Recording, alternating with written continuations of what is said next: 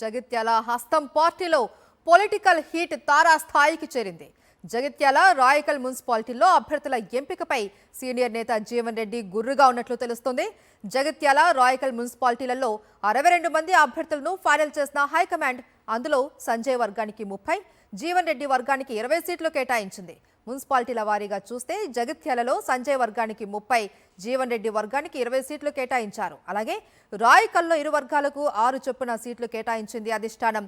టికెట్ల లాబియింగ్లో doctor Sanjay success అయ్యారు అని ఆయన కార్యకర్తలు చెప్తున్నారు.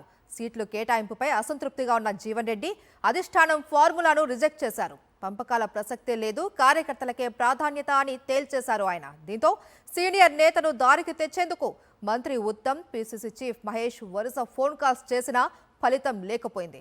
సీట్ల కేటాయింపుపై వెనక్కి తగ్గే ప్రసక్తే లేదు అని చెప్పడంతో జీవన్ రెడ్డి నెక్స్ట్ స్టెప్ ఏంటి అనేది ఆసక్తికరంగా మారింది.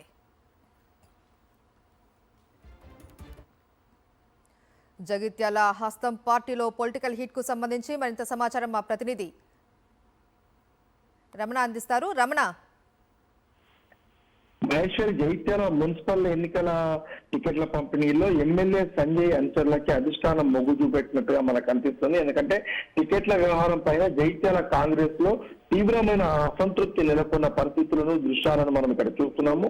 మాజీ మంత్రి జీవన్ రెడ్డి ఇంటికి పెద్ద ఎత్తున జగిత్యాల, రాయకల్, కొరుట్ల, మెట్పల్లి 4 మున్సిపాలిటీల్లో ఇప్పుడు పెద్ద ఎత్తున కార్యకర్తలంతా కూడా చూపడతారు. ముఖ్యంగా జగిత్యాలకు సంబంధించిన మున్సిపాలిటీలో 30 సీట్లను సంజయ్ వర్గానికి, అదేవిధంగా 20 సీట్లను జీవన్ రెడ్డి వర్గానికి కేటాయించడం పైన తీవ్ర అసంతృప్తి నెలకొంది. దీంతో మొత్తంగా కొంతమంది నిన్నటి నుంచి కూడా మనం పరిణామాలు చూస్తే వాళ్ళకు టికెట్లు దక్కదో లేదని చెప్పేసి పెట్రోల్ పోసుకున్న దాఖలాలు కూడా చూశాము. ఈ క్రమంలో వారిని అడ్డుకొని నిలువరించారు. మొత్తంగా ఒక ఉధృతమైన వాతావరణం అయితే ఉంది. ఈ క్రమంలో సంజయ్ ఇంటిని ముట్టడించేందుకు జీవన్ రెడ్డి ఇంటి వద్దకు వచ్చిన కార్యకర్తలంతా కూడా పెద్ద ఎత్తున ప్రయత్నం చేస్తున్నారు.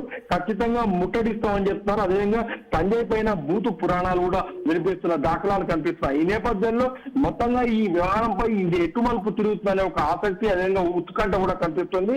సాయంత్రం అంటే అభ్యర్థుల ఖరారు అయ్యేంత వరకు కూడా తాను స్పందించబోదని చెప్పేసి ఇప్పటికే జీవన్ రెడ్డి వెల్లడించారు. అయితే సాయంత్రం తర్వాత ఏం జరగబోతుంది, ముఖ్యంగా ఈ నేపథ్యంలో ఎమ్మెల్యే సంజయ్ ఇంటి వద్ద కూడా భారీ భద్రతను కూడా నిన్న రాత్రి నుంచి ఏర్పాటు చేశారు. ఆయన హాస్పిటల్ వద్ద కూడా ఏర్పాటు చేసిన పరిస్థితి.